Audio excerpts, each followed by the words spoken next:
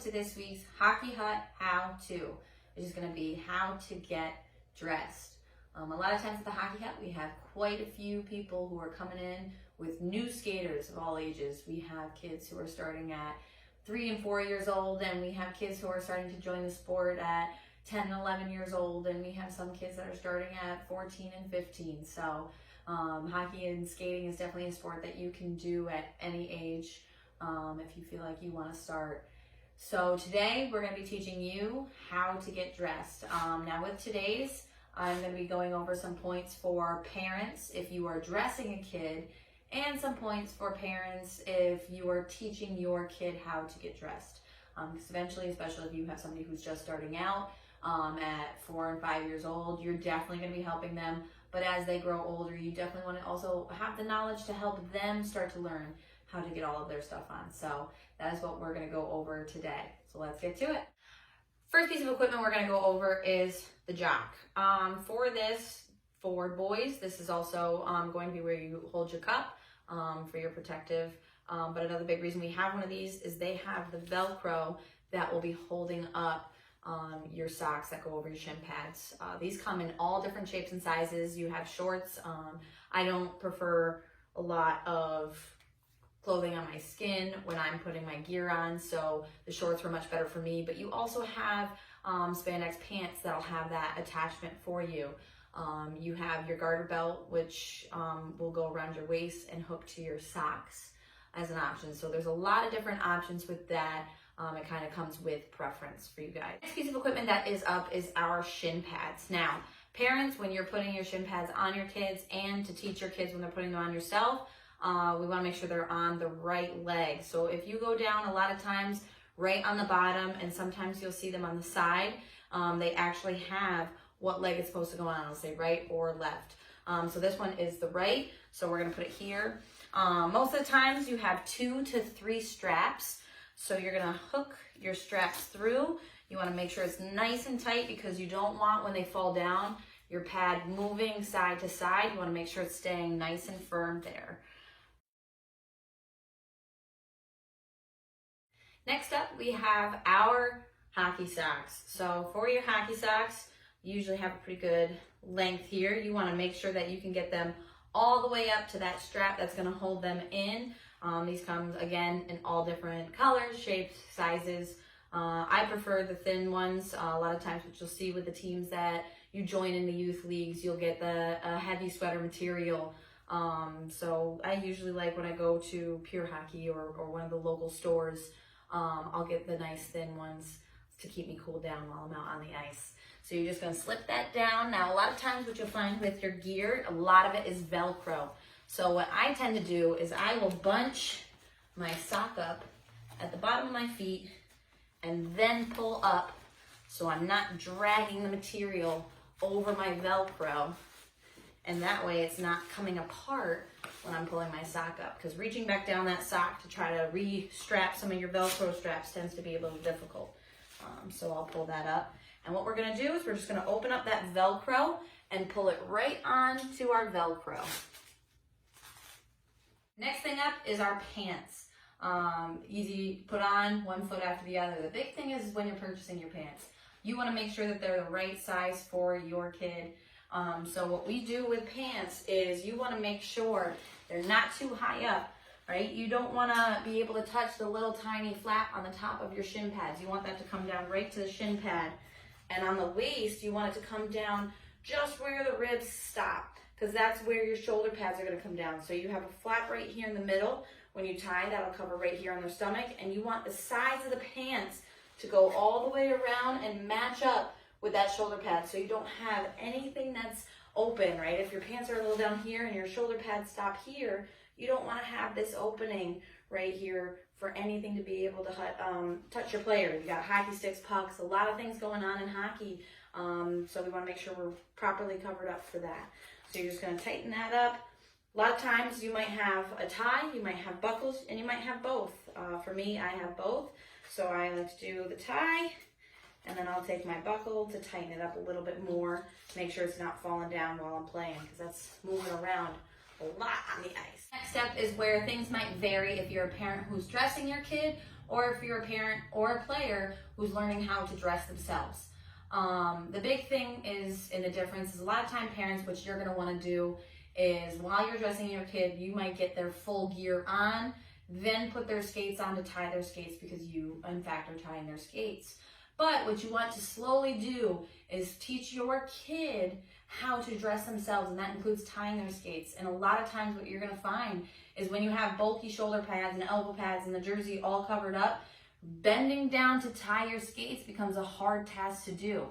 So I'm gonna start with players who are learning how to dress themselves and parents who are teaching their kids how to dress themselves. So we're gonna start with the skates, whereas some parents, you might start with putting the rest of their gear on before the skates.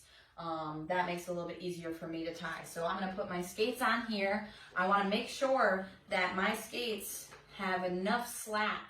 A lot of times kids who are struggling and trying to stomp on the ground to get their foot in their skates, they just haven't loosened the laces enough yet.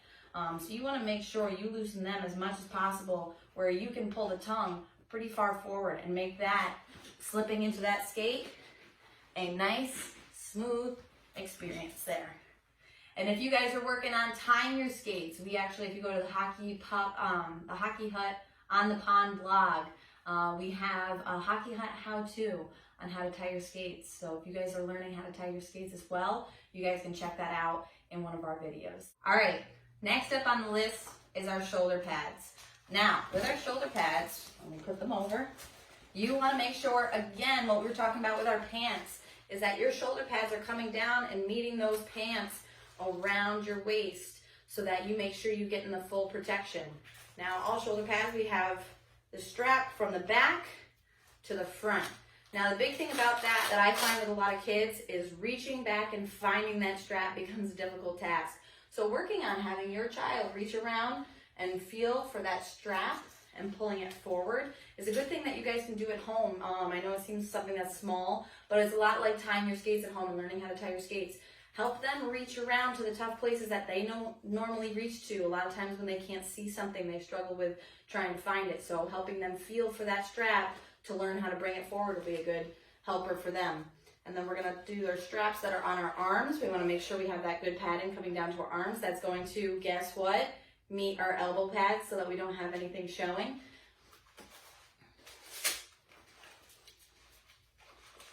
And then we're ready for the next step. All right, next on our list is our elbow pads. So elbow pads, very much like the shin pad.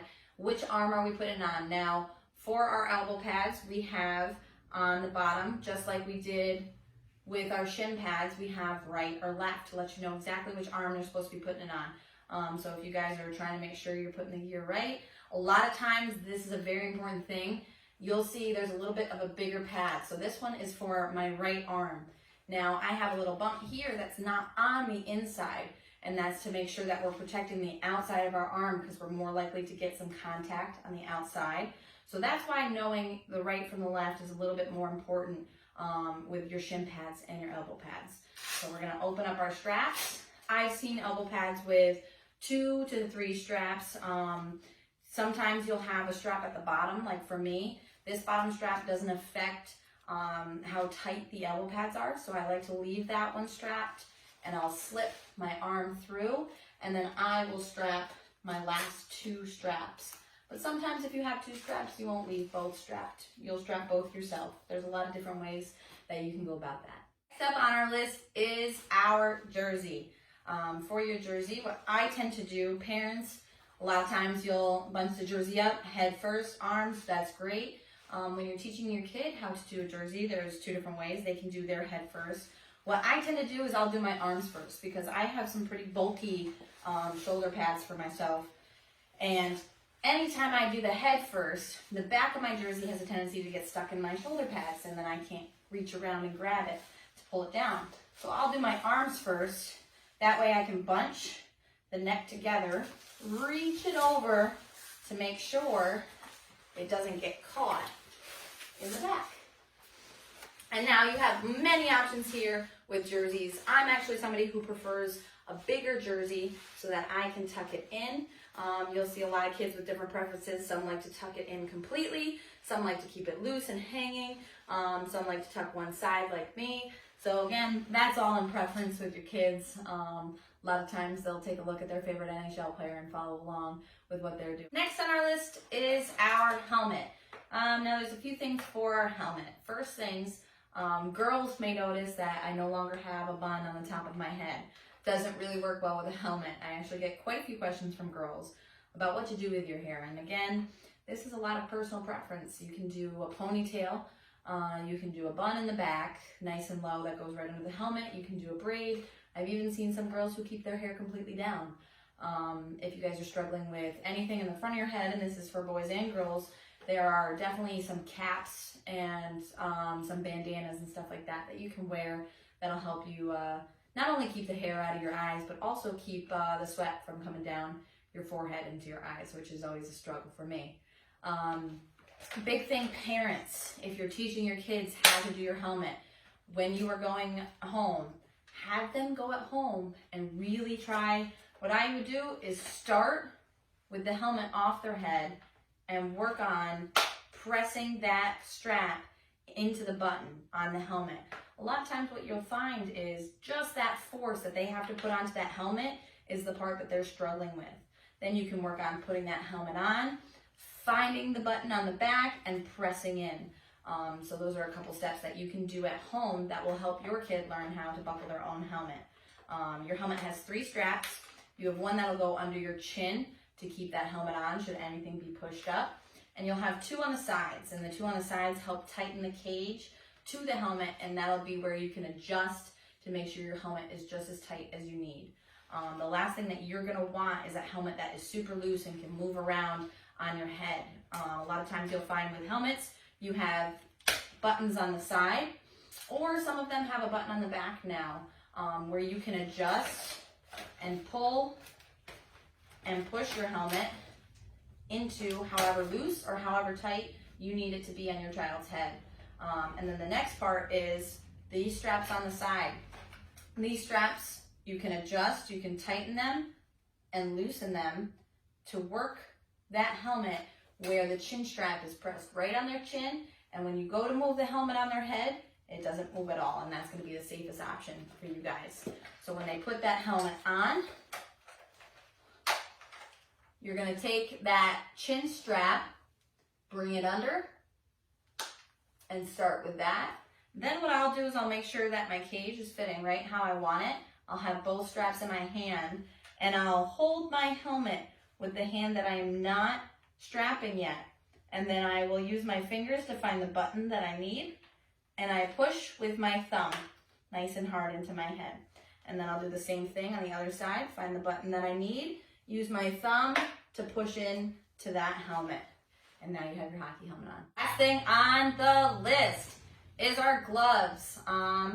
You got your right and your left, pretty easy to tell them apart. Big thing about gloves is you want to make sure that they are matching up with your elbow pad. We talk about matching all the time. I'm going to pull my jersey sleeve up so you can see right here. When I put my glove on, it lines up right with my elbow pad, so my wrist isn't exposed. Sometimes you'll see that their glove is getting too small, and you'll see that you have a little marker right here by the wrist where there's no padding, and you don't want that. So you want to make sure that that glove fits nice and right with that elbow pad, that they can move around with it pretty nicely.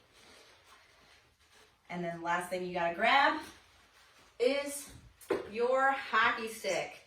Now, if you check us out on Instagram, you'll see we also have a Hockey Hut how-to on how to tape your stick. All right, now that you parents are ready for getting your kids dressed, and now that our kids are working on how to get dressed at home, remember one thing: it is okay to practice getting dressed at home. A lot of times we think the only time we can do it is when we're going to a practice, going to a game, we're at the rink. No, if you want to work on strapping your helmet, or you want to work on getting your gear on all on your own, you can do that as a homework at home and really start practicing that and getting yourself ready. I hope these tips helped. If you guys have any questions, you can give us a call at 518-371-1469, or you can give me an email at Teagan, Teagan, @myhockeyhut.com. We'll see you later, guys.